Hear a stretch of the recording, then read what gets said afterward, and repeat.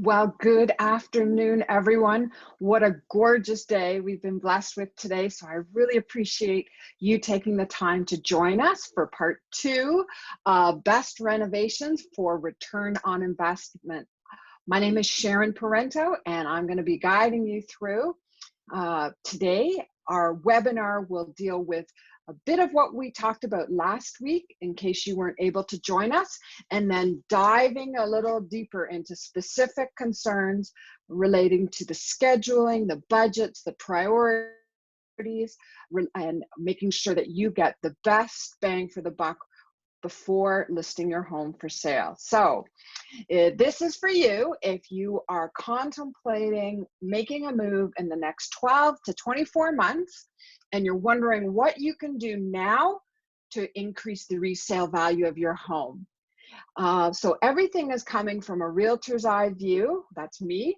And we're going to get started. Please stay tuned to the end. We have a very special offer for you.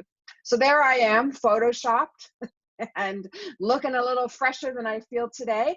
But I'm just going to tell you that as a realtor who works with downsizing seniors, I get a lot of the same questions. And a lot of them have to do with two main categories: what to do with the surplus stuff that we've acquired. We all are in the same boat. And then the second question relates to what are the things I could do, and how should I spend my money, and should I put in a granite kitchen, and all of those kinds of things. So rest assured, we're going to answer all of your questions. And if you're joining us today and you would like some more information, we're going to be happy to send that along to you as well. Okie doke. So without further ado, here is the order of things. As I mentioned, we're going to spend just a few minutes reviewing where we've come from, because it helps us to set kind of the context for making a decision. Now, this is a very high-level conversation, but you're always welcome to reach out with your specific questions, both in our chat box today or by contacting me personally in email or text or whatever is convenient for you. Okie doke. So when we are thinking as a seller, we can get wrapped up in all of the things that we've done over the years that in our mind's eye adds value to our home. And lots of the sellers that I encounter say to me, oh, well, we've got these great closet organizers, or, you know, we've got extra wide baseboards or something. But I'm going to tell you that sometimes the buyers don't recognize those values, those things as being a value add. What they're interested in is the things that are going to make it easiest and most convenient for them to move into your home. Just like everyone, they are looking for the best value. And in that case, it means the best condition of a home for the lowest price. And I mean, that's a dynamic that we cannot escape. As consumers of every product, we're always looking for the best value, and your buyers are no different. So your buyers are not like you, because they probably have some kids going along with them. They have busy careers. Everyone is very scheduled to the hilt. And the other thing that differentiates them from when you originally purchased your home is the amount of debt they are carrying. The affordability of homes has really diminished over time. It's harder and harder for young families to purchase homes. And so they are carrying enormous debts, and also still wanting to pursue some of those values that are being active and involved parents. So often their children have lots of activities that are scheduled, and part of them pursuing a larger home, i.e. your home, is they want provide that family environment for their children. So for the same reasons that you were attracted to a suburban lifestyle, they are too. So parks and schools and shopping and walking trails and all of those things are what are drawing them to your home. So they don't have a lot of extra money, and they don't have a lot of extra time. So they're looking for, in general, they are looking for homes that are as turnkey as possible, meaning they can turn the key and walk right in and enjoy and not have to do a lot of fixing up.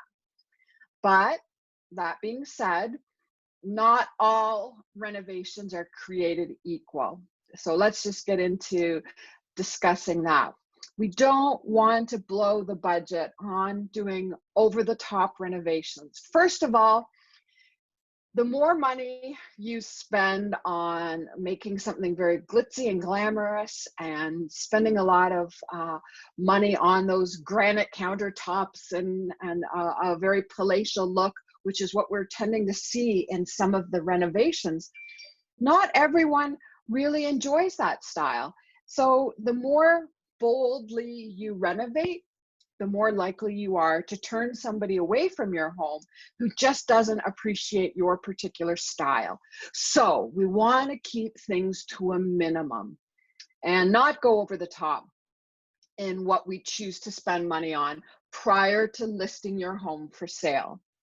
The other thing is, if you have to bump up the price of your home in order to compensate for those very over-the-top renovations, then you could literally drive them away from your property because they can't afford it now.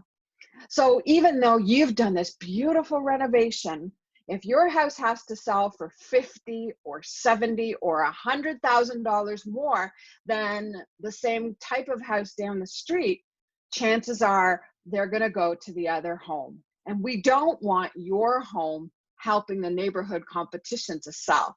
That's really the worst case scenario. So everything in moderation. That is going to be the keynote to this presentation, is keeping things moderate.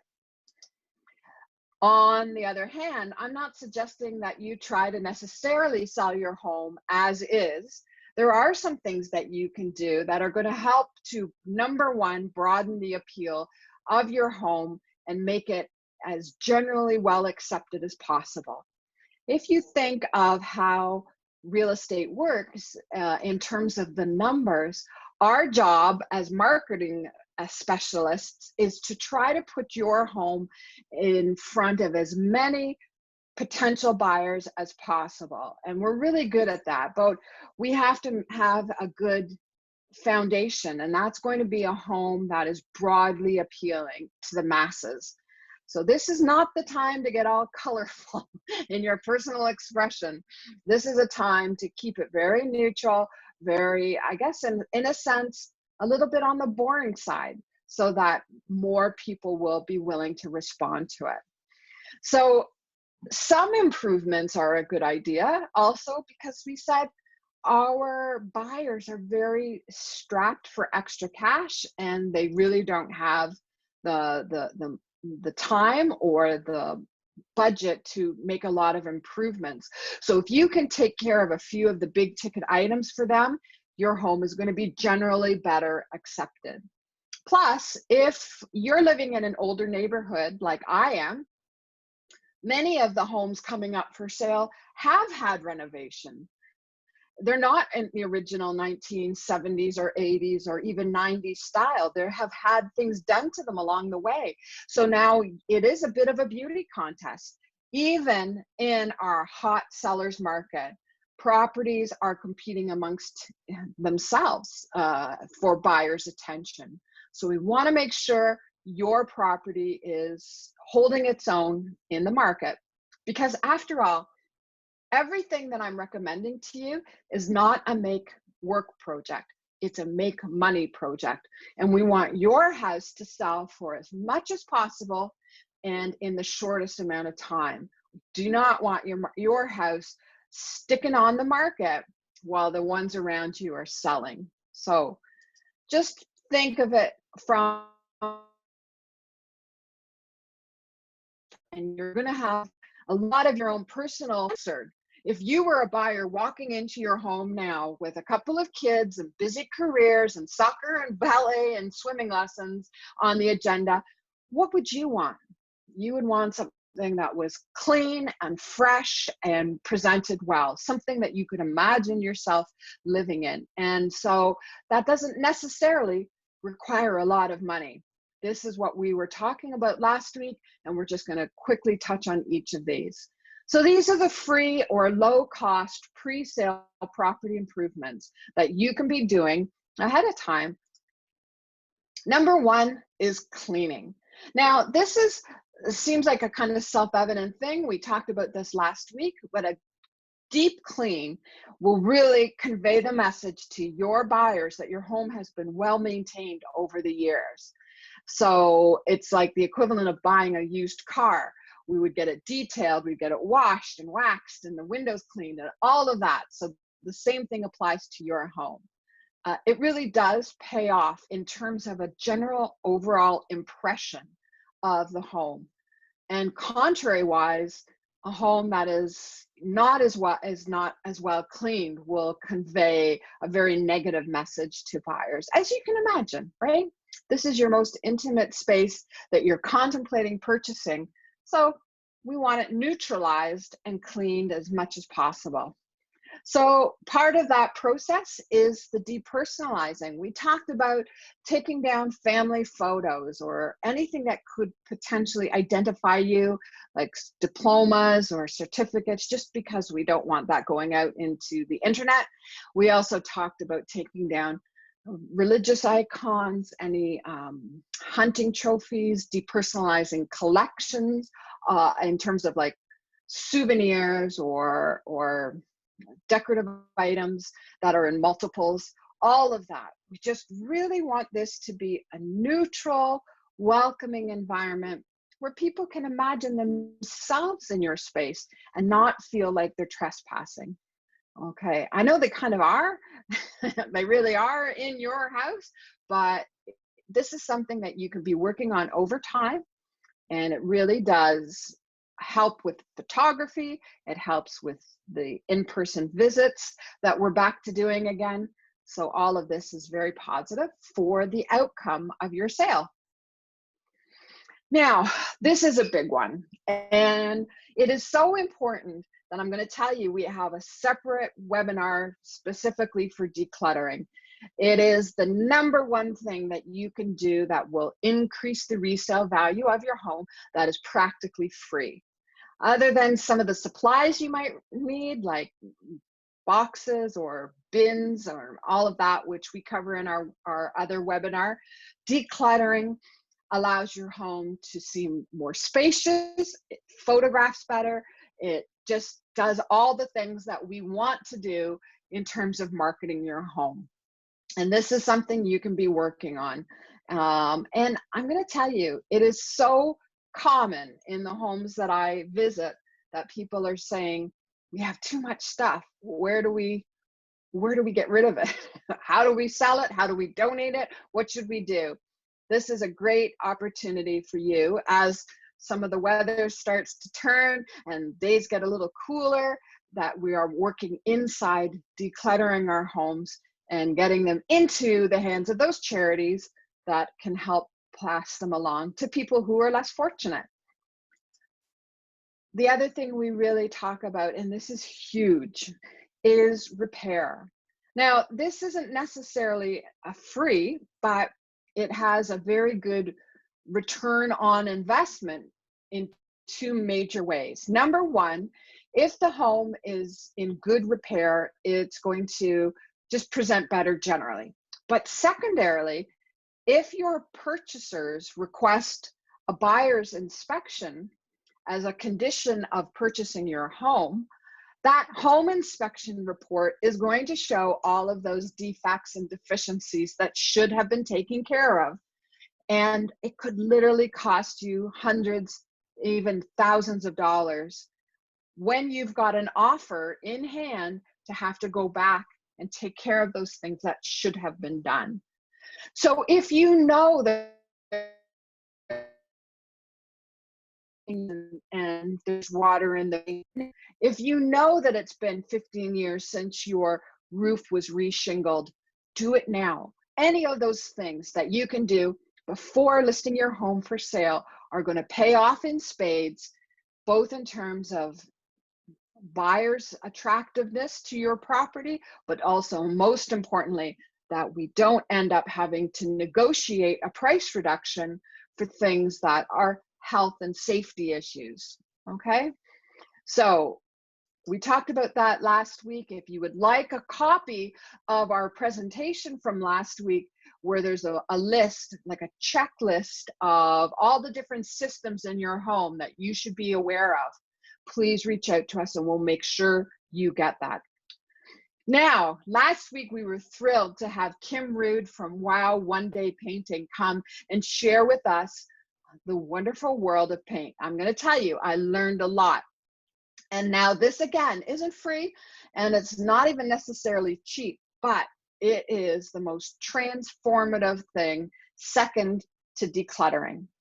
New paint is amazing in just its ability to refresh and modernize and really be attractive to your buyers. As time goes on, our sense of style and what is trendy and what is, even what is a neutral changes. And so Kim was really fantastic about sharing his expertise and his knowledge about what are the paint trend colors. And I actually used his recommendation for a very pretty color of light gray called Balboa Mist, and recommended it to clients to paint out a bedroom in a house that we currently have for sale. And it really is fantastic. So paint is something, again, that you can be working on. And we gave you some guidelines that we are mostly worried about the main floor presenting well. And so the paint there, or if you have individual rooms that are very dark, we would like to have everything lightened and brightened and neutralized. And paint is a fantastic way to do that. So we've got so many different things coming at you today, so many good, valuable suggestions that are going to earn you money in the bank. How do we start? Where do we begin? So I think this is a really valuable extension of what we were talking about last week, and setting priorities. How do you figure out what's most important? Because really, you could spend a lot of money, but not necessarily see the return.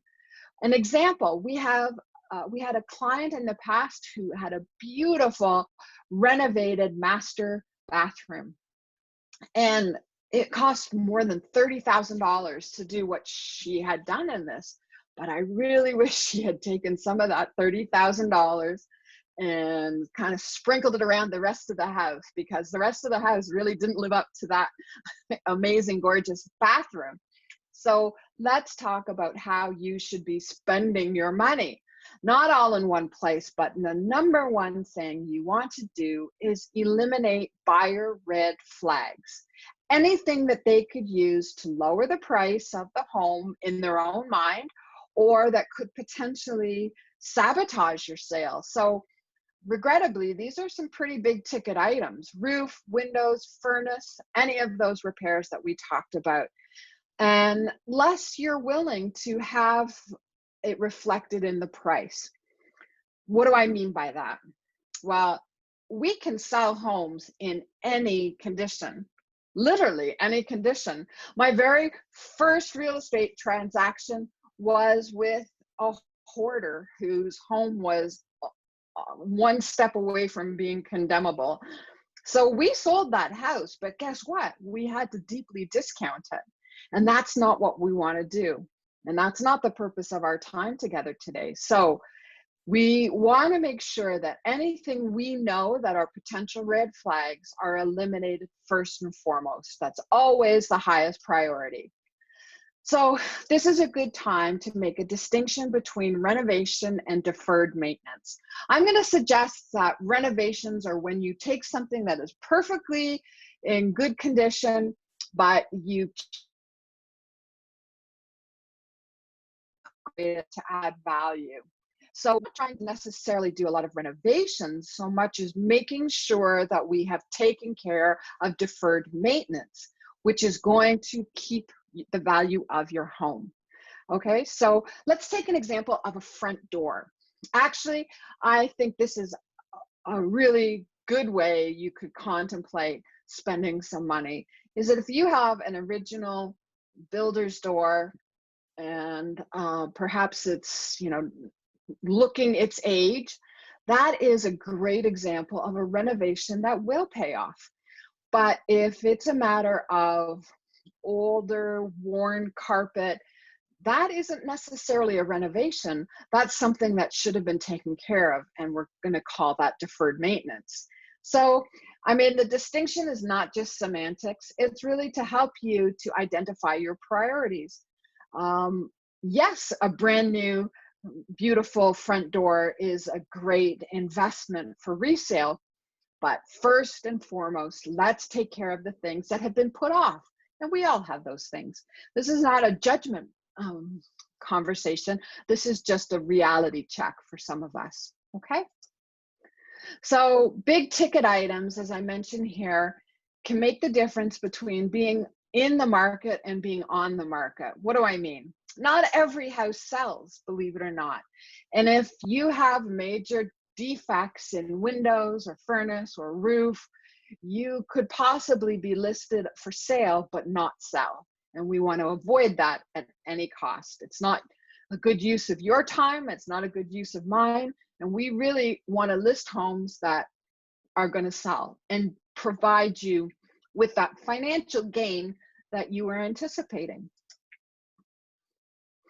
So the second priority after attending to the red flags are cosmetic improvements. And this again is not renovation. This isn't necessarily pulling down walls or doing anything of that major structural type of change. This is simply things like paint and flooring and light fixtures and even swapping out hardware on cabinets. So these are things that really do give you a good bang for the buck in terms of improving the modernity of your home, bringing it up to a more contemporary style, and it doesn't necessarily have to cost a lot of money. So here's an example. Nothing about the picture that is the after here has changed structurally. Everything is very cosmetic. If you have a home of a certain era, you're going to have a lot of yellow oak, and it has become a little bit of an eyesore for some of the more modern tastes as buyers approach them. So you'll see that there's nothing about the floor plan or even the cabinets that's changed other than the color.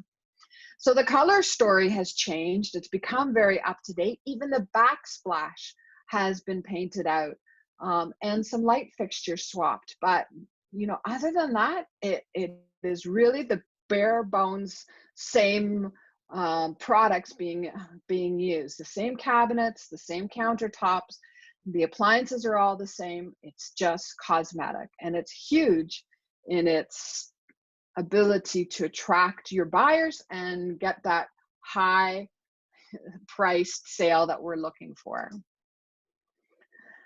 So again, the power of painting cabinets. There is a whole industry now that has cropped up about painting cabinets, and it is a do-it-yourself project if you're a little bit handy, but there are companies now that will come in and do this for you, and you can just see how more up-to-date it looks. And I know this picture on the right with the dark, almost mausoleum type hallway there, and brightened and just so much more attractive.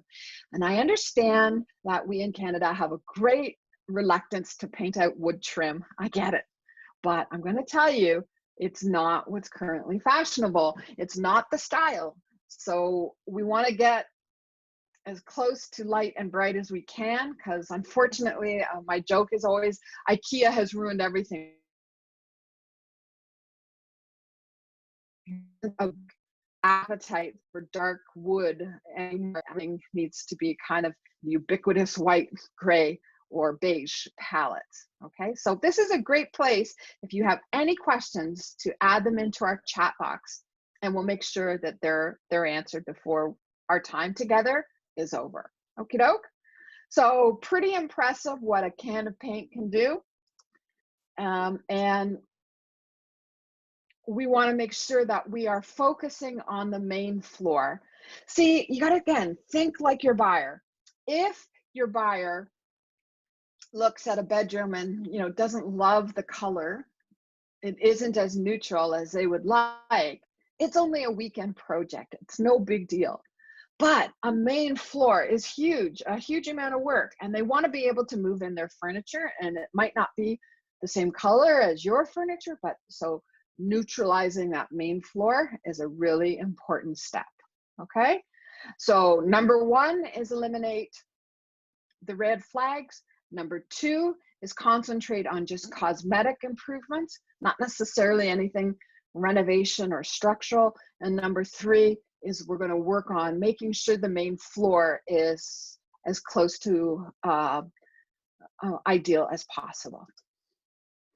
So speaking of main floors, you might have been asking yourself about what to do with your older carpeted areas, or if you have floors that you really think need to be taken care of. And I just wanted to share this with you, the 3 or 4 different products now that you can choose from. And I'm going to suggest that if your home is in the $1 million mark and higher, which isn't hard to do in the GTA, a lot of buyers are expecting to see either hardwood, which is what we see on the left, or engineered hardwood, which is what we see in the middle. So engineered hardwood is an interesting hybrid product. In a luxury home, there's no doubt about it, we want hardwood in the main floor.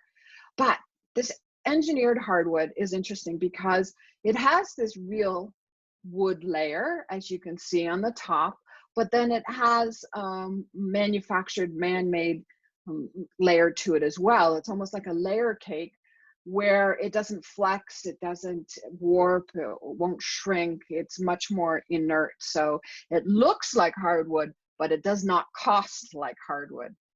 And then the other product, which I only recommend for basements, is laminate. And that is where we have a picture of wood on a completely man-made product. And it's great for where there is cold or potential for damp, but we really don't recommend it for main floors, sometimes for bedrooms, but most of the time we want to stick to real wood or engineered wood.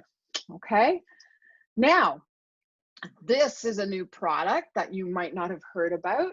It's really taking the renovation world by storm, and that is the vinyl plank flooring.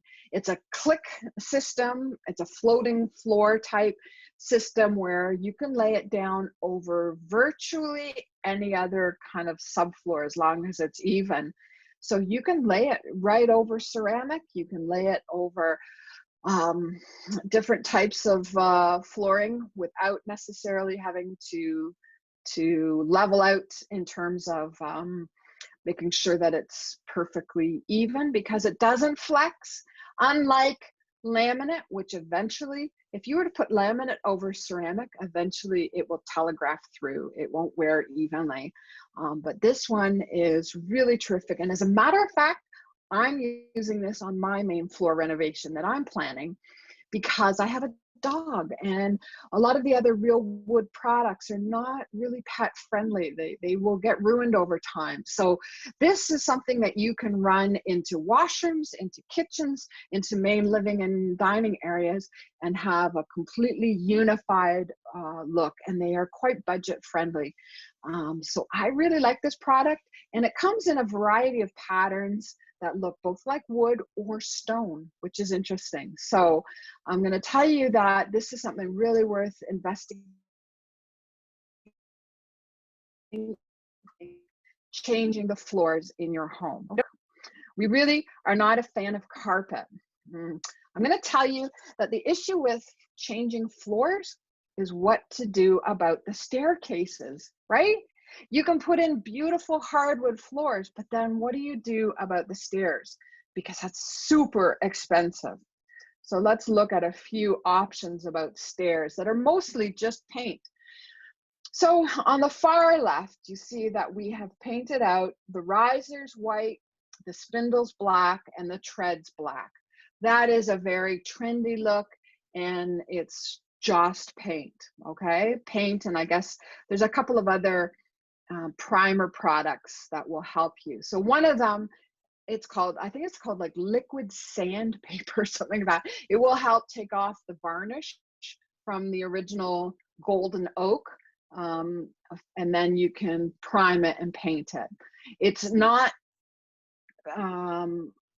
very expensive in terms of the materials, but it's quite time consuming. Now you can see that the same thing has happened here in the middle picture, where it's really just paint. The carpet is the same, we've just painted it out to a more contemporary palette. Now the third option is a really good hybrid option as well.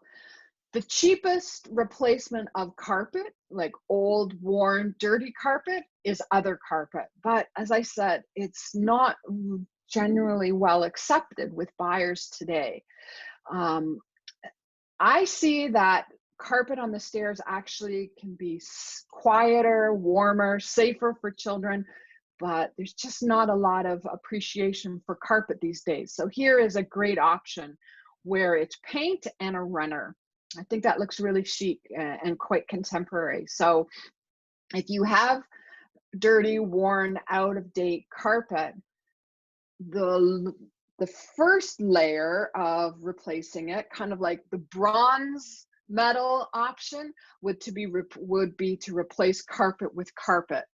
And in which case we are looking for a very, very neutral Berber in a creamy beige color, something like that. The second option would be to do one of these hybrids with a runner and paint.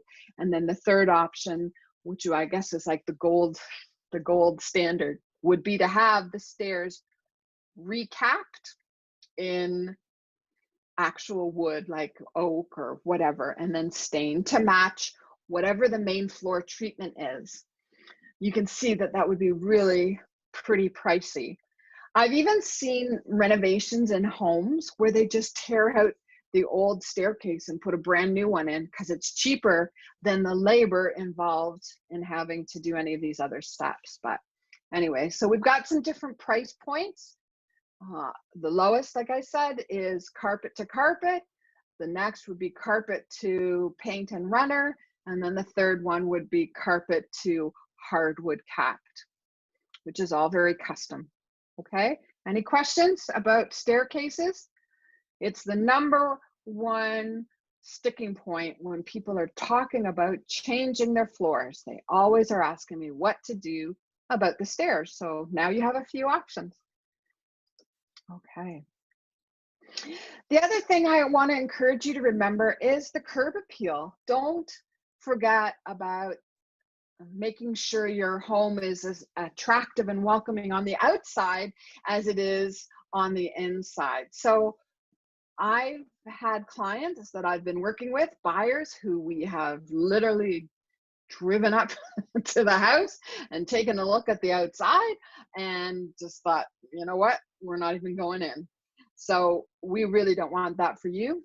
So make sure that you set aside a little bit of money in your budget for attending to those exterior features that immediately set the tone for the rest of the home. So here again are some before and afters where it can be not necessarily hugely expensive. Like when I moved into my house right now that I'm in, I swapped out all the little jam jar type light fixtures. You know, they're like $1.79 from the builder, and I put in something a little more substantial, a little bit more up to date, and it really made a big difference, and it wasn't that expensive. As a matter of fact, I got them all from the Home Depot clearance department. People who know me will not be surprised. But if you don't change them out, even just giving them a fresh paint job, going from a pitted or corroded brass to all black. Very, very up to date and not expensive. And then again, even front doors, you see the front door, if you have an old Italianate carved front door, like was done in the 70s and 80s, a fresh coat of a dark blue or dark green or gray, any of those colors would really give it some pizzazz. And I'm going to say, we've talked so much about neutralizing. The only exception to that rule I'm going to suggest is your front door. That's a place where you can have a little pop of color. It really can set it off from the other homes on the street, and be very welcoming and appealing. So also paying attention to landscaping. Now, the landscaping in this central picture here, that's very extensive and certainly not cheap. But even just getting some hostas in or refreshing the ground cover, if you've got mulch, a couple of new bags of mulch, all of that goes a long way in telling your buyers this home has been well maintained, okay? So don't forget about increasing the curb appeal of your home to make a good first impression, okay? So here is a few considerations if you actually wanted to go dollar to dollar. The averages are here, that for every dollar that you spend on a kitchen, you could possibly get as much as $1 back. But I'm going to suggest that you really carefully pay attention to the things that I've recommended that are free or low cost before you start doing any of the other things that are, you know, replacing siding or eaves trough or any of that kind of stuff. Really stick to the basics and attend to those projects that are most important to your buyer. So I kind of came up with this. I don't know if it's going to hold for much longer, because one thing I've been hearing from my contractors is that everything has skyrocketed in price. That's another reason why you don't necessarily want to spend a lot of money on a home renovation, because your dollar just does not go that far, as far at Home Depot as it did a couple of years ago. Labor has gone up, materials have gone up, and there is a very big problem with the supply chain. People are not able to get items for 6 or 9 months, sometimes as much as a year. So you could order new kitchen cabinets and not see them for months and months. So if that means that you have to put your own plans to move on hold while you're waiting for, you know, your kitchen to be manufactured, I would suggest that you're better just to get paint and get going on it yourself, or hire a company that can reface the kitchen. It's a lot less expensive. But anyways, back to budgets. If it's been 10 years or more and your home is worth, we're just saying we're rounding it up to an even $1 million, 1% of your sale price, or $10,000 would be enough to help you get going on getting your home ready for sale. And that's going to be painting, professional, perhaps cleaning, carpet cleaning, and getting the decluttering done. Now, if it's been more than 15 years since you've done anything, and that's easily done, really. I've been in my house 11 years. I can't believe it. We're thinking maybe about 2% or $20,000 to make sure that your carpets have been replaced, the roof is up to date, the windows and the mechanical, all of those kinds of things, those bigger ticket items. I just did my windows, and I'm going to tell you, I've seen already such an improvement in the heating and cooling of my home. It's a really great thing, even just to do for yourself in the interim before you get ready to sell. Now, if it's been 25 years or more and you really haven't done very much, we're going to think about $50,000 or so. Now, again, this is not spending your money. This is only for one purpose. We're going to spend money to make money. right? So we want to make sure that the driveway, the front door, the garage door, all of those are perhaps having been replaced, and this will give you enough money in your budget to paint out some cabinets and really give the place a good freshening up, thorough going over. Okay, don't forget about things like light fixtures, upgrading those, bringing those more up to date. Something another thing I really like are changing the hardware on your kitchen cabinets.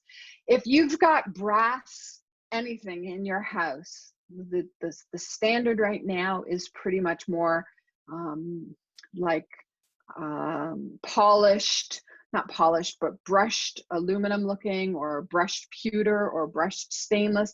So anything kind of brass of that era is going to be a bit dating. So we really do recommend something more along like the brushed nickel look. Okay, so those are some suggestions for you. And in terms of actual costs, these are in Canadian numbers, Canadian dollars. We can see that you have low-end, average, and high-end options that can vary wildly in terms of the price. So laminate and engineered hardwood can be super, super inexpensive, but you can also get some better quality. And I'm going to suggest that you do really get what you pay for.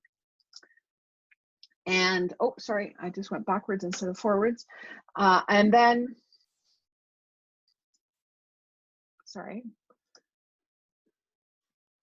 Painting, as I suggested, very good at cleaning up the place, making it look fresh and new, and especially if you're changing it to one of the more modern colors that was recommended last seminar. So those are things you can consider as well.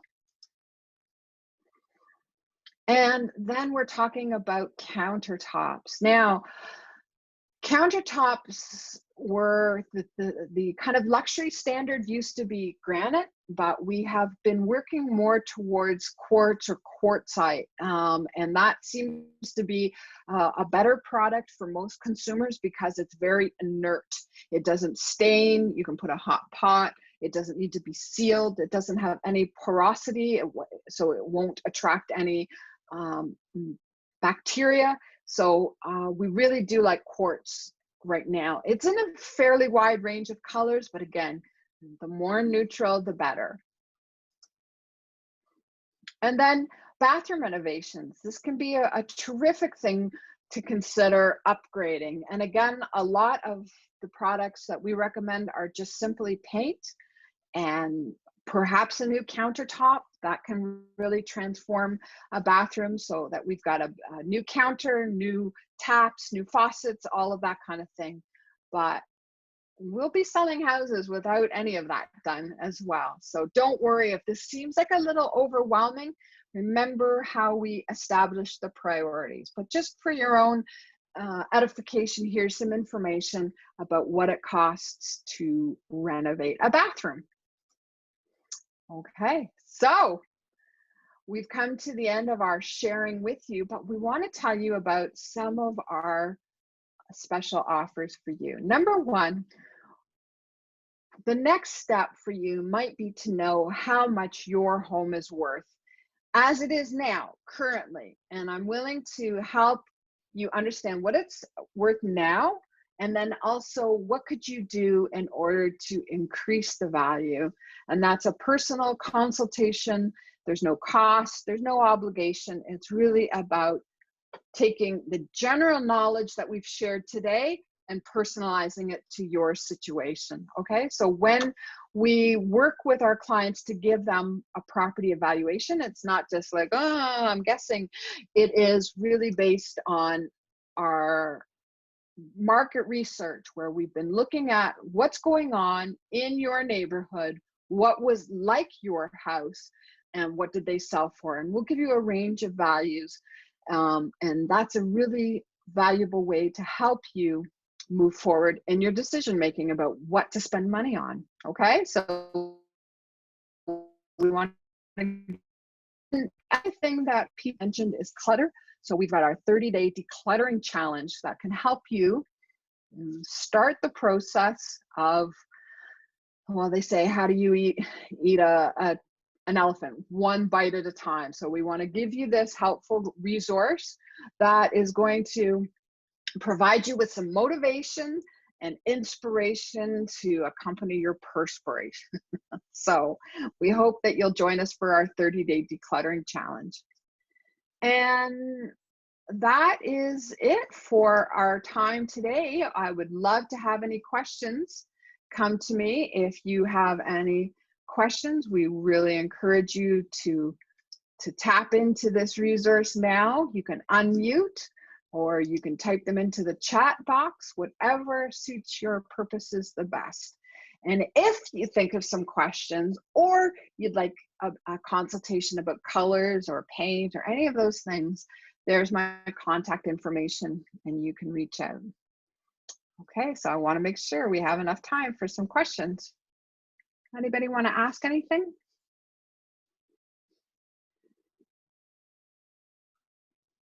Okay. Well, thank you so much. I really appreciate you being here. We'll be sending you a copy of this presentation along with the guidebook that I wrote to go along with it. So this will be coming to you in the mail, email. Keep an eye out for it, and we will look forward to having you attend one of our future seminars. So thank you everyone for being here. Okay, thank you. Bye for now. Bye.